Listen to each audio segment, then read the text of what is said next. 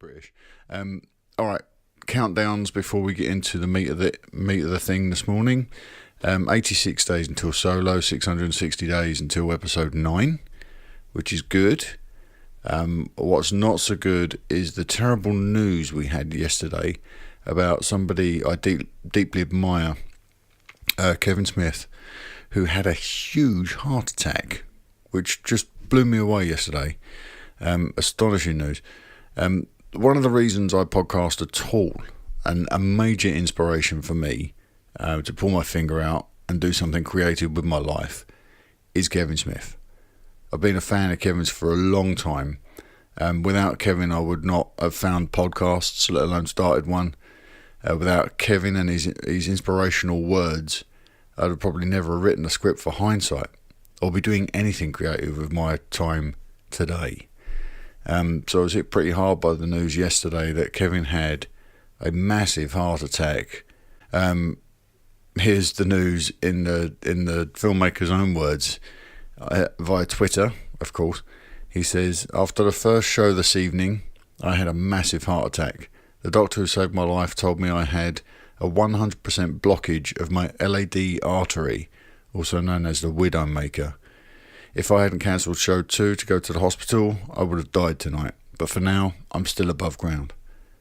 It's terrifying to think that Kevin's not a lot older than me. He's just a couple of years older than me. And it's terrifying to think that this sort of thing can just strike. Mark Hamill reached out to Kevin again on Twitter with a message of support yesterday, saying, "Sending loads of love to our pal at that Kevin Smith, from all of us and the Hamill family for a speedy recovery. Get well soon, Kev. The world needs so much more of what you have to give.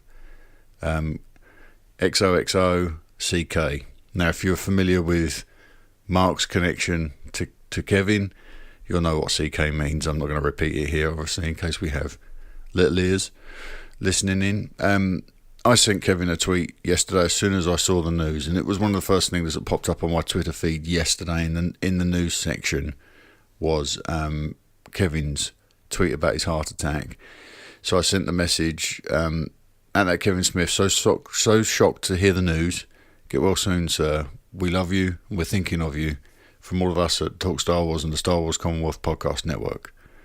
The guy's a legend.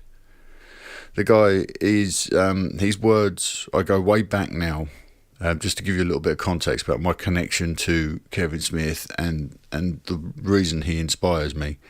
If I go way back to 2009, I was called up for jury service. I may have told this story before, so forgive me if I'm repeating myself. I had to do jury service, and a friend of mine said, "You're going to be bored. Whatever you do, take plenty to keep yourself occupied. Take a book, take your iPod."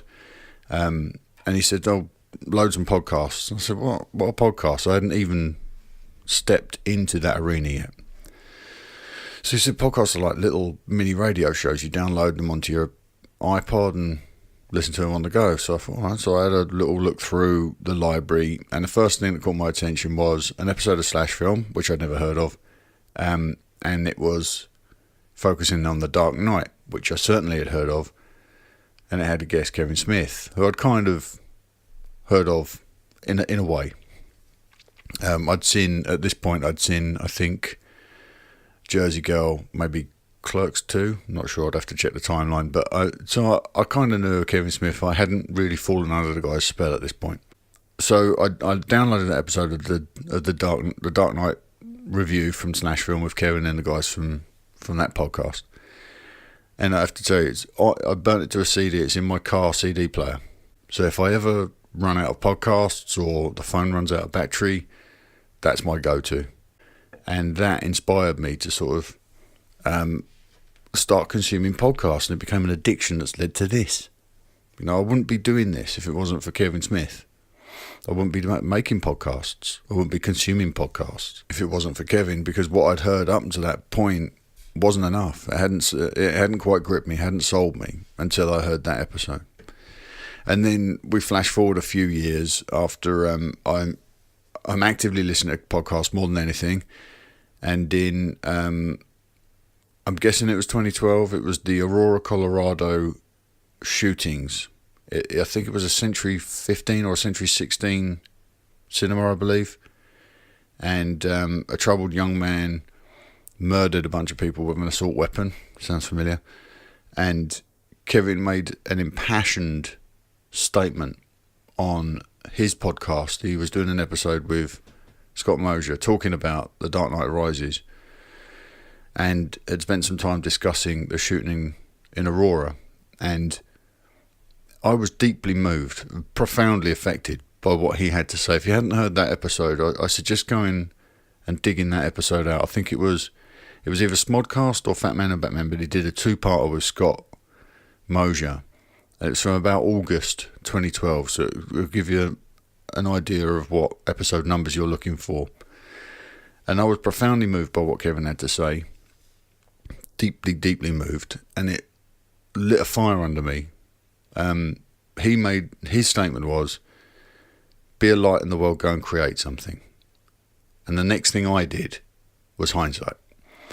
And I know it's taken a long time for us to get anything going, but it wasn't about whether that book or that script was successful by modern or conventional judgment, but it was about the act of creating. That's what Kevin said, go do this thing. I went, I did, and it's something I'm most proud of. And of course, it's brought me here. I've just followed everything that's happened since. I just followed it where it's gone, and it's led me to this podcast, to you fine people. So without Kevin, I don't think I'd be doing this, so I owe him a ton. Thank you, Kevin, and make a speedy recovery, sir. All right, Solo. Let's talk about Solo. Solo takes place 11 to 14 years before